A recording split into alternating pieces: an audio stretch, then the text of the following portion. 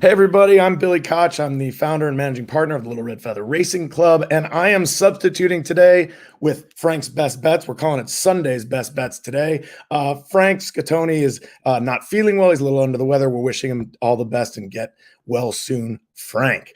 We have a great show for you today because we have a very, very special guest, and that is, as many of you know, the Shared Belief is being run today. We have his owner, Jim Rome, joining us right now. Jimmy, how's everything going? BK, not only the CEO of Little Red Feather, but the man single-handedly responsible for bringing me into this world. I'm great, man. Good to see you. How you feeling?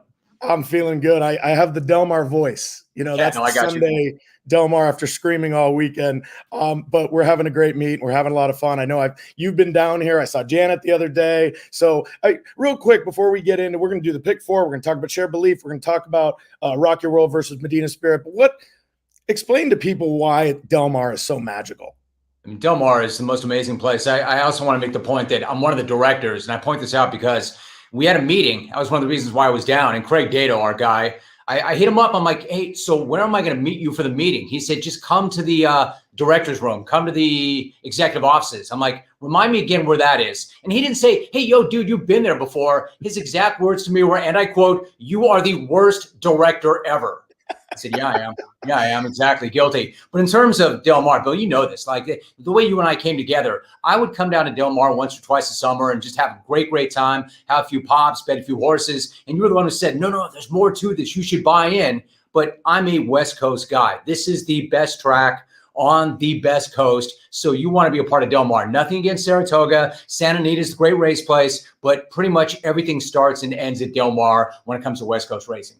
I agree with you 100%. I love it down here. It's my favorite place on earth. There was an amazing race yesterday at Delmar. It was the Pat O'Brien Grade 2. It was a Breeders' Cup win and you're in. It was won by Ginobili. Jim, did you see the race? I did see the race. And to your point, if you want me to just jump into that, it is a win and you're in, which is really big for Ginobili and for the connections. Richard Baltus did a great job of getting the horse ready. A win and you're in, and that's that horse's first stakes win. So not only is he in the Breeders' Cup, but he's in the Breeders' Cup on that track. So that's a really good thing. And I thought he was really impressive. Like, seemed to me, got the trip he wanted. Then it was just a matter of whether or not he was good enough. And he was much the best. He was much the best. Yeah. And interesting from the rail too, which has been a terrible place to be sprinting at Delmar. Congratulations to Richard Baltus, Slam Dunk Racing, good friends of ours, Nick Casado. Congratulations to that whole team. I thought he was absolutely awesome.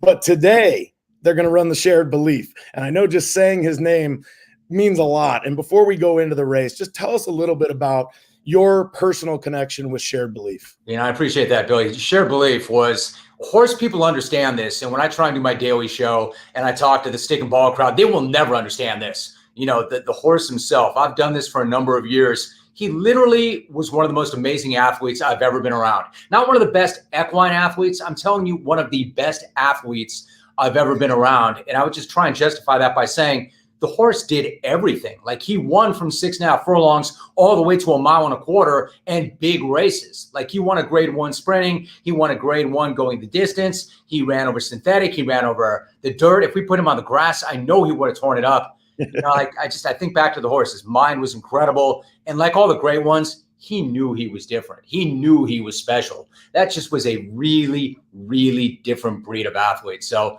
I still miss him to this day. I'm really proud that there's a race named after him. But I wish everybody could have known this horse. He was just spectacular.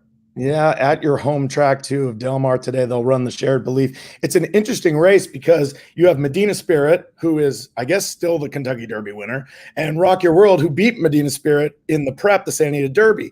Is it a 2-horse race? Do you prefer one or the other, or are there some others that you might give? I'm curious how you see this. I'm looking at it like it's a 2-horse race. Not to disrespect the others, but anytime somebody says not to disrespect somebody's going to get disrespected. I don't want it to be like that. I just think that they're the class of the field, right? So both those horses are coming off long layoffs. Medina Spirit, to your point, I guess, how do you put this? Finished first at the Kentucky Derby. So I think this is a really interesting race with a lot of talent. Hard for me to go against Medina Spirit because although we haven't seen him since the Preakness, he seems to be working well. I saw him fire a bullet of late. And I know John Velasquez is coming out to ride him. It seems to me you might not get the best price, but Bob's going to probably have him cranked up, ready to go. I'm going to go chalk and think that he's going to run a big one. Now we didn't talk before this, but I thought you made very good points, and I 100% agree with you. From a gambling angle, you're not going to get a big price, but Baffert's going to make a statement, right? He's got to have this horse cranked up. This is the Derby winner. He wants to prove to everybody out there that that was real, and I think today's the day that happens. And in multi-race wagers, because we're going to talk about the late pick four, you kind of can't use both, because they're both going to be even money, 6-5, 7-5, something like that. So you have to take a stand. And I'm with you, Jimmy. I'm going to take the stand with Medina Spirit. I think Baffert's been pointing to this race all along. I think this is a good prep for a race like the Pennsylvania Derby that's coming up. It's I think it's over $1 million, maybe 1.25 million. So I'm with you. I think Medina Spirit comes out and rolls today. Hey, Billy, I want to respond to what you just said. I think you made a great point. I don't think it's just a matter of, all right, we got to get this horse started again. This is a good prep race. We'll point towards the Pennsylvania Derby. I think you're right. I think there's something personal here. I think Bob wants to make a point. I haven't spoken to him about this, but I think very clearly, given what he endured or given the situation at the Derby, he wants to make a point with this horse. Point being, it's a great horse, and we don't need any help, whether we had some help or not. Anyway, I think you're right. I think he will be looking to make a point. One quick thought on Rocky World. I think that's a really good horse. For instance, this seems kind of counterintuitive. Like, I hate to question whether or not this is a dirt horse or a turf horse when the horse already beat the other in a grade one on the dirt. But I wonder, when you look at the form and you look at the pedigree, could you make an argument that this horse might be better on turf? I could absolutely make that argument. And I think his future, possibly after today, will be on turf. It's one of those things, and I know you do it in sports all the time. I kind of feel with Rock Your World that it's kind of where there's smoke, there's fire. They were maybe going to run in the Pacific Classic. They were maybe going to run in the Del Mar Derby. Now they chose this race. It was like, hey, make a decision, go there. When there's always questions about it, I question what if he's going to show up today. I think, but then again, who would choose to run against the Kentucky Derby winner? But then you're right. If they're not here, there's probably a reason that they're there. I think the other thing, and again, I don't know the horse intimately. I've just seen what I've seen, but he's got to get out clean, right? You definitely got to get a clean break. Go ahead and draw a line through the Derby, but the Belmont was tough too. So I think that's the big thing. Is it a turf horse or a dirt horse? And more than anything else, man, get out of the gate clean. He's got to break well. Well, and he sits right outside of Medina Spirit. So Rispoli, who knows this horse very well, I'm sure he's happy to be back aboard. Johnny V's out here. Baffert has one way to go. He goes. So if Rispoli does outbreak him with Rock Your World, can get the lead. But there's other horses in here that are fast. Team Merchants is really fast. So the pace is going to be on the great one. Broke his maiden by like 13 lengths for our good friend Bill Strauss when at Santa Anita. So I don't think it's necessarily just a 2-horse race. I think these other horses are going to perform today. I just think Medina Spirit might be better. Let me put it to you this way. Maybe it's not a 2-horse race. There's talent. I love the race. Absolutely love the field, love the race. I just am trying to make an argument for somebody other than those two, and specifically Medina Spirit, and I just can't do it. And again, no disrespect to the others. There's talent. They've shown up, but I just can't make a really good argument for somebody other than Medina Spirit. Jimmy, going back to something you said about shared belief, and you talked about him being an athlete. A lot of times when I'm discussing horses, either on my podcast or when people are getting into the game and joining Little Red Feather, I compare them to athletes, the way they train once a week, the way that, a marathoner or a sprinter, like someone who's going to run the 400, they train up to that.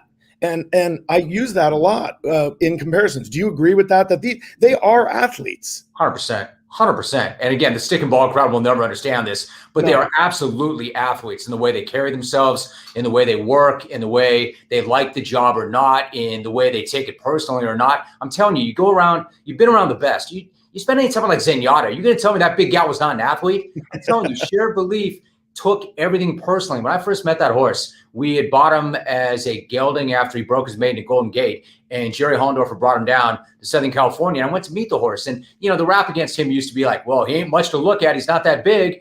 And I met the horse for the first time. And this goes back to a lesson you taught me. When I first started to come around the barn, you said to me, quote, Jimmy, these are not pets. These are not pets, man. They're thoroughbreds. All right. They're mean. They want to win. And I learned my lesson the hard way, but I'd forgotten the day that I met Shared Belief. So I'm like, hey, yo, little dude, what's up? Bam.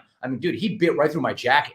He bit through my jacket, broke the skin. There's bleeding. I could see like the groom look horrified. And to this day, I've got a scar on my arm that's like a tattoo, a shared belief tattoo. All right, which I'm really proud of. Hell yes, they are athletes. They are athletes. They train and work and win and lose like athletes. The best ones. The best ones for sure.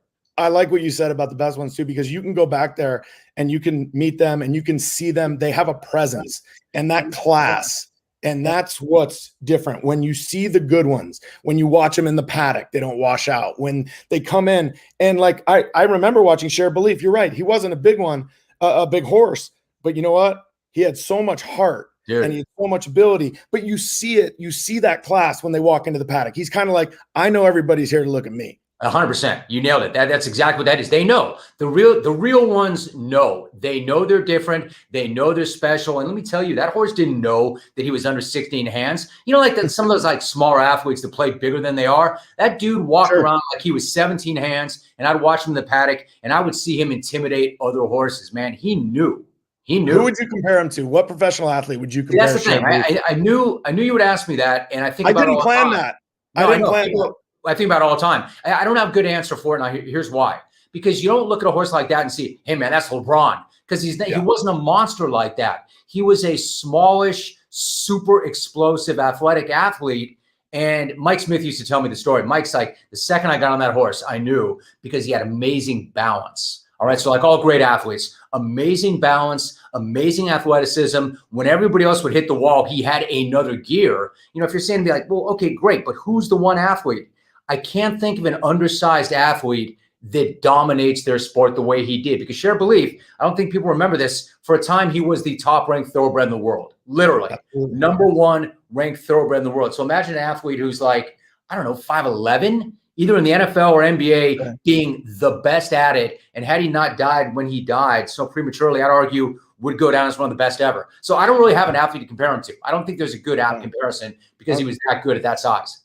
Completely fair. Completely fair. This is a handicapping show, Jimmy. So what we're going to do is really quick. I'm going to just run people. I put together a little pick for some people. We'll go through it really quick. We'll wrap things up, talk a little bit more about Share and Belief, but we're going to just do a late pick for them. We're going to start in the 7th race. And I think in the 7th race, very simple race. The 6, Bella Vita, is 5-2 on the morning line for Pratt. You got the 9, Big Sweep for Glatt, who's having a huge meet with Abel Cedillo. They're both chalks. You start off and you get your win there.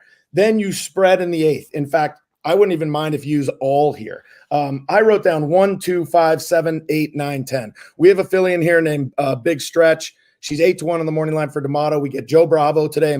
Jimmy, have you been watching Bravo out here at all? Oh, yeah. Yeah, Jersey Joe. Great. Looks great. He's really, it's really good to have him out here. Matt Nakatani, his agent's doing a great job. So I'd go really deep there. And then, as we discussed, come back and single Medina Spirit.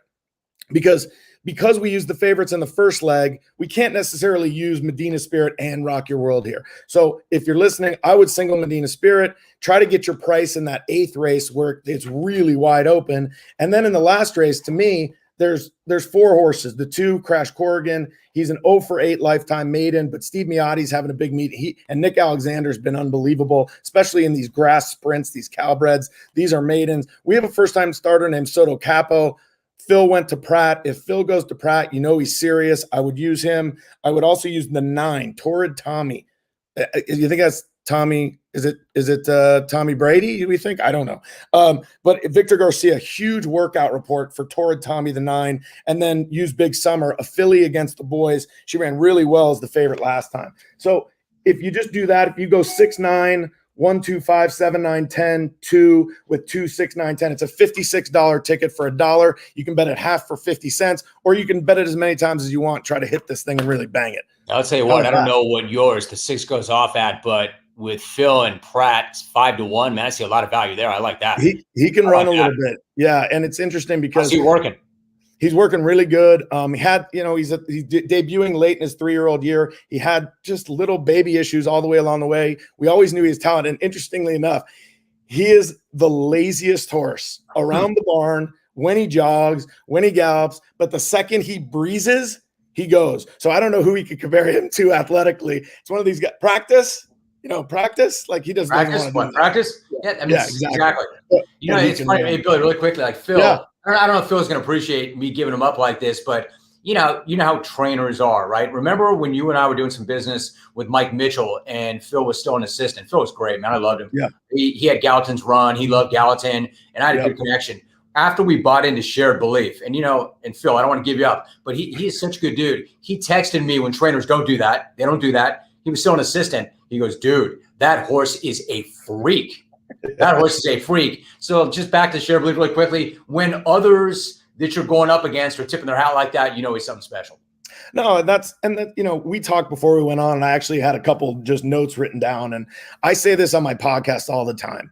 This is a very hard game. It's extremely difficult. It's a roller coaster. You're going to have the highest of the highs and the lowest of the lows, and you've experienced all of them. What am I saying anything that? Yeah, I wish when you and I got into it, that was one of the things. I'm just shoot you straight. You didn't tell me that. I learned that the hard way. That it's hard, man. Because here's the problem: when you and I started, I bought a couple of horses or pieces of horses, and we won 3 of our first 4 races. And I'm like, hey, man, I'm pretty good at this. I think I got a knack, man. This is not hard. It's like walking into Vegas and winning your first day. It's the worst thing that could happen, right?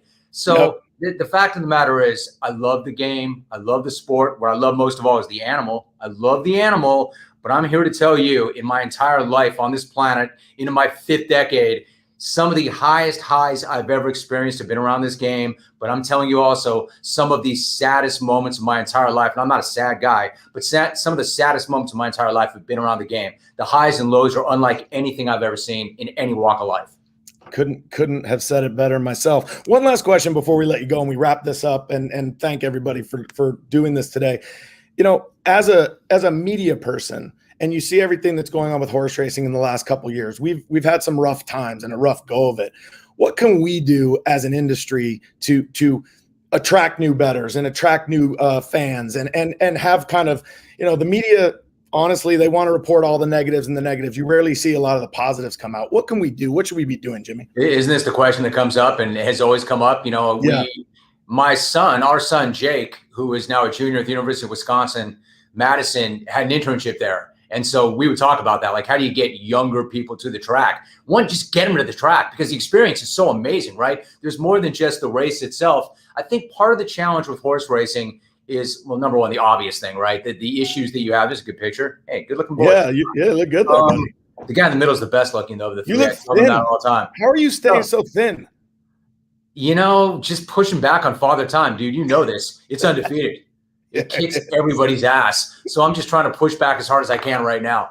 In terms of like, how do you improve the game? Obviously, this is not an original thought. Some federal body overseeing everything would certainly help. But man, do the right thing. We have to do right by the animal, right by the sport. Don't be greedy. I've always thought, like, if you take care of the horse is going to take care of you, or you're going to be in a much better place. In terms of how do you get younger people to it, that's more challenging, right? You got to get them to the track so they can experience it. And I think, Billy, the other thing is, and I've never come up with the answer to it, why do we love sports? Because we identify with teams and athletes and rivalries. The problem with our game is, the superstars don't really stay on the track that long, because the real money, as we know, is in the breeding shed. Sure. So it's kind of hard to identify those long allegiances when you're constantly turning over talent. So there's no easy answer, but most of all, if you can get them to Del Mar and give them a day at Del Mar, regardless of age, people are gonna have a good time. Yeah, absolutely. I agree. And listen, we appreciate the time this morning, Jimmy. Enjoy the Shared Belief. It's a great, an amazing horse that obviously you are a big part of, and I think it'll be a fun day at Del Mar, and I'm sure you're proud. Are you coming down here? Are you giving the trophy or anything? Not today. I'm back up in the 949, but I am proud. I'm really proud that the horse has a race named after him. He's buried there at the track, and it was really emotional, but we go back and we visit him there. So I want to thank Del Mar and Joe Harper and Craig Dato and everybody who made that happen. Him winning the Pacific Classic as a 3-year-old is still one of the highlights of my entire life. So I have nothing but amazing memories, and I will be watching the race. My man, we appreciate all you do for our sport, and we're glad you're still involved. Glad you're on Del Mar board, and obviously, I miss you guys. I'm when I see you down here, it's awesome, and I appreciate all you and Janet and everybody does. And good luck today. You're not running anything today, though. No, not today. Right? Not today. Maybe we'll get our pick 4 home. Yeah, do that, man. Help me out. Make me some money, BK. Instead of taking all my money, make me some money, man. You did like making money at the track. I hear you. Thanks a lot. I appreciate you. Great to get caught up, man. Thanks so much. You got it, my man. Well, let's see. Only one more week left in the summer. This is it today. Then we run Thursday, Friday, Saturday, Sunday, Monday. Labor Day weekend should be awesome at Del Mar. Tons of stakes race, tons of 2-year-old races. So if you're in the area, get down here. Hopefully Frank Scatoni, get well soon, my man. And hopefully we stood in well for you. Jimmy, good luck today. Everybody else at Del Mar, have a great Sunday and enjoy the shared belief stakes. Medina Spirit against Rock Your World should be awesome. Safe travels, everybody. Thanks, BK. See you, Jimmy.